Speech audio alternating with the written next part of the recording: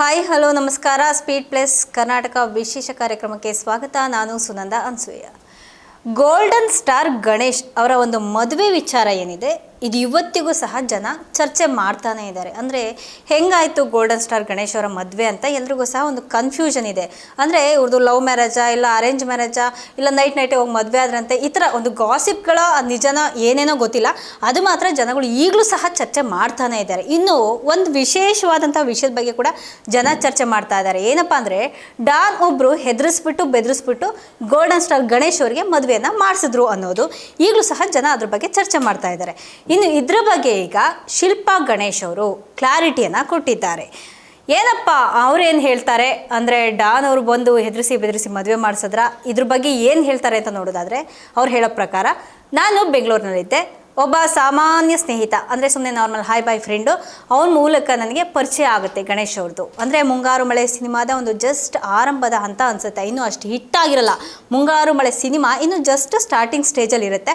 ಅದಕ್ಕೂ ಮುಂಚೆ ಅಂದರೆ ಆ ಮುಂಗಾರು ಮಳೆ ಬರೋದಕ್ಕೂ ಮುಂಚೆ ಅಥವಾ ಒಂದು ಆ ಸಮಯ ಇರಬಹುದು, ಒಂದು ಕಾಮಿಡಿ ಟೈಮ್ ನಡೀತಿರುವಂತಹ ಕಾಲದಲ್ಲಿ ಅವರು ಫೇಮಸ್ ಆಗಿದೆ. ಗಣೇಶ್ ಅವರು ಕಾಮಿಡಿ ಟೈಮ್ ಅನ್ನುವಂತಹ ಒಂದು ಕಾರ್ಯಕ್ರಮದಲ್ಲಿ ನಾವಿಬ್ಬರು ಸಹ ಮೀಟ್ ಆಗ್ತೀವಿ. ಅದಾದಮೇಲೆ 3 ದಿನಗಳ ನಂತರ ಸುಮ್ಮನೆ ಹಾಯ್ ಬಾಯ್ ಅಂದ್ಕೊಂಡು ಮೀಟ್ ಆಗ್ತೀವಿ ಅಷ್ಟೇ, ನಮಗೂ ಅವ್ರಿಗೂ ಏನಿರಲ್ಲ. ಅವಾಗಿನ ನನ್ನ ನಂಬರ್ ಎಲ್ಲೋ ತೊಗೊಳ್ತಾರೆ ಗಣೇಶ್ ಅವರು. Hi this is comedy time Ganesh ಅಂತ ಹೇಳಿ ಒಂದು ಮೆಸೇಜನ್ನು ಮಾಡ್ತಾರೆ. ನಾನಂತೂ ಅದು ನೋಡ್ತೀನಿ, ಆದರೆ 3 ದಿನ ರಿಪ್ಲೈನೇ ಕೊಡಲ್ಲ. ಹುಡುಗಿರಿಗೆ ಗೊತ್ತಲ್ವ ನಿಮಗೆ, ಯಾವುದೇ ಹುಡುಗಿ ಆಗಲಿ ಒಂದು ಮೆಸೇಜ್ ಮಾಡಿದ ತಕ್ಷಣ ಇನ್ಸ್ಟೆಂಟಾಗಿ ರಿಪ್ಲೈ ಮಾಡಲ್ಲ ಅಲ್ವಾ. ಅದಾದಮೇಲೆ ಒಂದು 3 ದಿವಸ ಕಳೆದ ಮೇಲೆ ನಾನು ಸಹ ಮಾಡಬೇಕನ್ಸುತ್ತೆ ಮೆಸೇಜು. ಹಾಯ್ ಅಂತ ಹೇಳಿಬಿಟ್ಟು ಒಂದು ಗ್ರೂಪ್ನಲ್ಲಿ ಸಿಕ್ಕಿದಾಗೆ ಹಾಯ್ ಹಾಯ್ ಅಂತ ಆ ಥರ ಸುಮ್ಮನೆ ಒಂದು ಮೆಸೇಜನ್ನು ಮಾಡ್ತೀನಿ. ಆವಾಗ ನನಗೆ ಯಾವುದೇ ರೀತಿಯಾದಂಥ ಒಂದು ಯೋಚನೆ ಇರಲ್ಲ. ಅಂದರೆ ಇವ್ರು ಯಾಕೆ ಹಾಯ್ ಅಂತ ಮಾಡಿರ್ತಾರೆ, ಇದು ನನ್ನ ಮುಂದೆ ಮದುವೆ ಆಗ್ತೀನಿ, ಈ ಥರ ಒಂದು ಏನೇ ಆದ ಒಂದು ಆಲೋಚನೆಗಳು ನನ್ನ ತಲೆಯಲ್ಲಿ ಇರಲ್ಲ.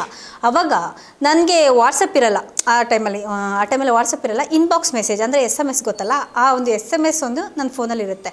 ನಾವು ಒಬ್ರಿಗೊಬ್ರು ಮೆಸೇಜನ್ನು ಮಾಡ್ಕೊಳ್ತಾ ಇರ್ತೀವಿ. ಅವರು ತುಂಬ ಪಾಪ್ಯುಲರ್ ಆಗಿದ್ದರು ಆವಾಗ. ನಮ್ಮ ಮನೇಲಿ ಯಾರಿಗೂ ಸಹ ಸಿನಿಮಾ ಕನೆಕ್ಷನ್ ಇಲ್ದಿರೋದ್ರಿಂದ, ಅವ್ರು ಯಾರಿಗೂ ಸಹ ಸಿನಿಮಾ ಕನೆಕ್ಷನ್ ಇರಲ್ಲ. ಅವ್ರಿಗೆ ಒಬ್ಬ ಫಿಲಿಮ್ ಆ್ಯಕ್ಟರ್ನ ಮದುವೆ ಆಗೋದು ಅಂದರೆ ಒಂದು ಸ್ವಲ್ಪನೂ ಸಹ ನಮ್ಮ ಫ್ಯಾಮಿಲಿಯಲ್ಲಿ ಇಷ್ಟ ಇರಲಿಲ್ಲ. ಅವರ ಒಂದು ಕೆರಿಯರ್ ಸೆಟ್ ಆಗಿರುತ್ತಾ ಇಲ್ವಾ, ಅದಕ್ಕೊಂದು ಆ ಕೆರಿಯರ್ಗೊಂದು ಗ್ಯಾರಂಟಿ ಇರುತ್ತಾ, ಸಿನಿಮಾ ರಂಗದಲ್ಲಿ ಇವ್ರಿಗೆ ಮುಂದೆ ಏನಾಗುತ್ತೋ ಯಾರಿಗೆ ಗೊತ್ತು ಅಂತ ಯೋಚನೆ ಮಾಡ್ತಾಯಿದ್ರು ನಮ್ಮ ಫ್ಯಾಮಿಲಿಯವರು. ಆದರೆ ಈಗ ಅವರು ನನಗಿಂತ ಹೆಚ್ಚಾಗಿ ಇಷ್ಟಪಡ್ತಾರೆ. ನನ್ನನ್ನು ಇಷ್ಟಪಡೋದಕ್ಕಿಂತ ನಮ್ಮ ಫ್ಯಾಮಿಲಿಯವರು ಗಣೇಶ್ ಅವ್ರನ್ನೇ ಇಷ್ಟಪಡ್ತಾರೆ. ಹೇಗಾದರೂ ಇವಳು ಮದುವೆ ಆಯ್ತಲ್ಲಪ್ಪ ಅಂತ ಹೇಳ್ಬಿಟ್ಟು ನಮ್ಮ ಮನೆಯವರು ಸಹ ನೆಮ್ಮದಿಯಾಗಿದ್ದಾರೆ. ನಮ್ಮ ಮದುವೆ ಆಗೋದೇ ಒಂಥರ ಒಂದು ದೊಡ್ಡ ವಿಷಯ ಆಗುತ್ತೆ ಅಂತ ಹೇಳ್ಬಿಟ್ಟು ನಮ್ಗೆ ಯಾರಿಗೂ ಗೊತ್ತಿಲ್ಲ, ನನಗೂ ಗೊತ್ತಿಲ್ಲ, ಗಣೇಶ್ಗೂ ಗೊತ್ತಿರಲಿಲ್ಲ. ಅವ್ರ ಮದುವೆ ಆದರೆ ಇಷ್ಟೊಂದು ಜನ ಬೇಜಾರು ಮಾಡ್ಕೊಳ್ತಾರೆ ಅಂತ ಕೂಡ ನಂಗೆ ಗೊತ್ತಿರಲಿಲ್ಲ. ಅದು ಅವ್ರಿಗೂ ಸಹ ಶಾಕ್ ಆಗಿತ್ತು. ಇಷ್ಟೊಂದು ಪ್ರೀತಿ ಇದೆಯಾ ನನ್ನ ಮೇಲೆ, ಜೀವ ಕಳ್ಕೊಳ್ಳುವಷ್ಟರ ಮಟ್ಟಿಗೆ ಪ್ರೀತಿ ಇದೆಯಾ ಅನ್ನೋದು ನಮಗೆ ಶಾಕ್ ಆಯಿತು. ಅಂದರೆ ಆ ಟೈಮಲ್ಲಿ ಸ್ವಲ್ಪ ಒಂದಿಬ್ಬರು ಯಾರೋ ಜೀವ ಕೂಡ ಕಳ್ಕೊಂಡಿದ್ರು ಅನ್ನುವಂಥ ಸುದ್ದಿ ಕೂಡ ಆಗಿತ್ತು. ಡಾನ್ ಇನ್ನು ಆ ವಿಷಯ ಬಿಟ್ಟು ಅದರಿಂದ ಆಚೆ ಬಂದರೆ ಒಂದು ಡಾನ್ ವಿಷಯಕ್ಕೆ ಬಂದುಬಿಡೋಣ. ಈಗ ಡಾನ್ ಒಬ್ಬರು ಗಣೇಶ್ ಅವರಿಗೆ ಬೆದರಿಕೆಯನ್ನು ಹಾಕಿ ಮದುವೆ ಮಾಡಿಸಿದ್ರು ಅನ್ನುವಂಥ ಸುದ್ದಿ ಬಗ್ಗೆ ಶಿಲ್ಪಾ ಗಣೇಶ್ ಅವರು ಮಾತನಾಡ್ತಾರೆ. ಈ ಸುದ್ದಿ ಈಗಲೂ ಸಹ ಓಡಾಡ್ತಾ ಇದೆ. ಅದ್ರ ಬಗ್ಗೆ ಈಗ ಶಿಲ್ಪಾ ಗಣೇಶ್ ಅವರು ಏನು ಹೇಳಿದ್ದಾರೆ ಅಂತ ನೋಡೋಣ. ಆ ಸ್ಟೋರಿಯನ್ನು ಯಾರು ಕ್ರಿಯೇಟ್ ಮಾಡಿದ್ರೋ ಗೊತ್ತಿಲ್ಲ. ಡಾನ್ ಬೆದರಿಕೆಯನ್ನು ಹಾಕಿದ್ರು ಅಂತ ಹೇಳಿಬಿಟ್ಟು ಮದುವೆ ಆಗಿ ನಾವು ಇಷ್ಟು ವರ್ಷ, ಯಾರೋ ಡಾನ್ ಬೆದರಿಕೆ ಹಾಕಿ ನಾವು ಮದುವೆ ಆಗಿಬಿಟ್ಟು ಇಷ್ಟು ವರ್ಷ ನಾವು ಬದುಕೋದಕ್ಕೆ ಸಾಧ್ಯ ಆಗುತ್ತಾ ಅಂದರೆ ಇದು ಯಾವ ರೀತಿ ಸಾಧ್ಯ ಆಗುತ್ತೆ ಅಂತ ಈ ಜನಗಳು ಸಹ ಯೋಚನೆ ಮಾಡಲ್ಲಪ್ಪ. ಒಂದು ಮನೆ ಮದುವೆಯಲ್ಲಿ ಬೆದರಿಕೆಗೆ ಹೆದರ್ಕೊಂಡು ನಾವು ಮದುವೆ ಆದರೆ ಇಷ್ಟು ವರ್ಷ ಅಂದರೆ 18 ವರ್ಷ ಕಳೀತು ನಮ್ಮ ಮದುವೆ ಆಗಿ. 18 ವರ್ಷ ಸಂಸಾರ ಮಾಡೋಕ್ಕಾಗ್ತಾ ಇತ್ತಾ? ಈಗಲೂ ಸಹ ನಾನು ಕೆಲವೊಂದು ಕಾಮೆಂಟ್ಸ್ನ ನೋಡ್ತಾ ಇರ್ತೀನಿ. ಅಂದರೆ ಏನು ಕಾಮೆಂಟ್ ಮಾಡಿರ್ತಾರೆ ಅಂದರೆ, ಗಣೇಶ್ ಅವ್ರಿಗೆ ಅಪೋಸಿಟಾಗಿ ಮಾಡಿರಲ್ಲ, ಶಿಲ್ಪಾ ಗಣೇಶ್ ಅವ್ರಿಗೆ ಬೈಕೊಂಡು ಇವಳು ಹೆದರಿಸಿ ಮದುವೆ ಆದವಳು ಅಂತ ಹೇಳ್ಬಿಟ್ಟು, ಅದ್ರ ಜೊತೆಗೆ ಅಯ್ಯೋ ದೇವರೇ ನಾನು ಯಾರಿಗೆ ಹೇಳಿ, ಈ ಥರ ಎಲ್ಲ ಮೆಸೇಜ್ ಮಾಡಿದ್ರೆ ಇವಳು ಹೆದರಿಸಿ ಬೆದರಿಸಿ ಮದುವೆ ಆಗಿದ್ದಾಳೆ ಅಂತ ನನಗೆ ಕಾಮೆಂಟ್ ಮಾಡ್ತಾರಲ್ಲ, ಅಯ್ಯೋ ದೇವರೇ ನಾನು ಯಾರಿಗೆ ಹೇಳಿ, ಹೆದರಿಸಿ ಮದುವೆ ಮಾಡ್ಕೊಳಕ್ಕಾಗುತ್ತಾ ನಾನು? ಆ ಟೈಮಲ್ಲಿ ಸೋಷಿಯಲ್ ಮೀಡಿಯಾ ಇರಲಿಲ್ಲ. ನಾವೇನಾದರೂ ಹೇಳಿಬಿಟ್ಟು ಬಿಡಪ್ಪ ಅತ್ತಾಗೆ ಈ ಜನಗಳಿಗೆ ಏನಾದರೂ ಒಂದು ಕ್ಲಾರಿಟಿ ಕೊಡೋಣ, ಇಲ್ಲ ಒಂದು ಪೋಸ್ಟ್ ಹಾಕ್ಕೊಂಬಿಟ್ಟು ಇದೆಲ್ಲ ಸುಳ್ಳು ಕಣ್ರಿ, ನೀವು ಹೇಳ್ತಿರೋದೆಲ್ಲ ಸುಳ್ಳು, ಇದೆಲ್ಲ ಗಾಸಿಪ್ ಅಂತ ಹೇಳೋಣ ಅಂದರೆ ಅದು ಸಹ ಆಗ್ತಾ ಇರಲಿಲ್ಲ ಆ ಟೈಮಲ್ಲಿ. ಆಗ ನಾನು ಇದಕ್ಕೋಸ್ಕರ ಒಂದು ಇಂಟರ್ವ್ಯೂ ಕೂಡ ಕೊಡೋದಕ್ಕೆ ನಾನು ಎಲ್ಲೂ ಹೋಗಲಿಲ್ಲ. ಯಾಕೆಂದರೆ ನಾನು ತಲೆ ಕೆಡಿಸ್ಕೊಳ್ಳಿ ಅಂದ್ಕೊಳ್ಳಿಲ್ಲ ಅವಾಗ. ನಮ್ಗೆ ಯಾರ ಮುಂದೆನೂ ಸಹ ಒಂದು ಕ್ಲಾರಿಫಿಕೇಷನ್ ಕೊಡಬೇಕು ಅಂತ ನಂಗೆ ಅದೊಂದು ಮುಖ್ಯ ಅಂತ ಕೂಡ ಅನ್ನಿಸ್ಲಿಲ್ಲ. ಆದರೆ ನನಗೆ ತುಂಬ ತೊಂದರೆ ಕೊಟ್ಟಿತ್ತು ಆ ಒಂದು ಗಾಸಿಪ್ ಏನಿತ್ತು, ನಮ್ಮ ಮದುವೆ ವಿಷಯದ ಗಾಸಿಪ್ಪು ಸಖತ್ತಾಗಿ ನನಗೆ ತೊಂದರೆಯನ್ನು ಕೊಡ್ತು.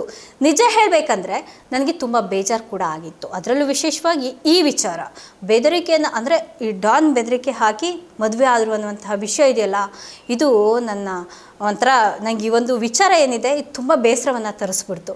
ನಂತರಹದ ಒಬ್ಬ ಹುಡುಗಿಗೆ ಇದೆಲ್ಲ ಅಗತ್ಯ ಇತ್ತಾ? ಇದು ಬೇಕಿತ್ತಾ ನನಗೆ? ಇದು ಸಾಧ್ಯನಾ ಹೇಳ್ಬಿಟ್ಟು ಜನರು ಇದು ಸ್ವಲ್ಪ ದಿನದ ಮದುವೆ ಅಂದ್ಕೊಂಡಿದ್ರು. ಅಂದರೆ ಇವರು ಏನೋ ಹೆದರಿಸಿ ಮದುವೆ ಆಗ್ಬಿಟ್ಟಿದ್ದಾರೆ, ಸ್ವಲ್ಪ ದಿವಸ ಇರ್ತಾರೆ, ಆಮೇಲೆ ಇವರು ಡಿವೋರ್ಸ ತೊಗೊಂಡ್ಬಿಟ್ಟು ಇಲ್ಲ ಗಣೇಶ್ ಹೋಗ್ಬಿಡ್ತಾರೆ ಇವರು ಬಿಟ್ಬಿಟ್ಟು, ಆ ಥರ ಎಲ್ಲ ಯೋಚನೆ ಮಾಡಿದರು ಜನಗಳು. ತುಂಬ ಜನ ಹಾಗೆ ಅಂದ್ಕೊಂಡಿದ್ರು. ಅದು ಸಹ ನನಗೆ ಗೊತ್ತು ಅಂತ ಹೇಳಿಬಿಟ್ಟು ಶಿಲ್ಪಾ ಗಣೇಶ್ ಅವರು ಕೂತ್ಕೊಂಡು ಒಂದು ಇಂಟರ್ವ್ಯೂನಲ್ಲಿ ಒಂದು ಕ್ಲಾರಿಟಿಯನ್ನು, ಇವಾಗ 18 ವರ್ಷ ಮದುವೆ ಆಗಿ 18 ವರ್ಷ ಆಯ್ತಲ್ಲ, ಆವಾಗಿಂದ ಒಂದು ಗಾಸಿಪ್ಗೆ ಇವಾಗ ಕ್ಲಾರಿಟಿಯನ್ನು ಕೊಟ್ಟಿದ್ದಾರೆ.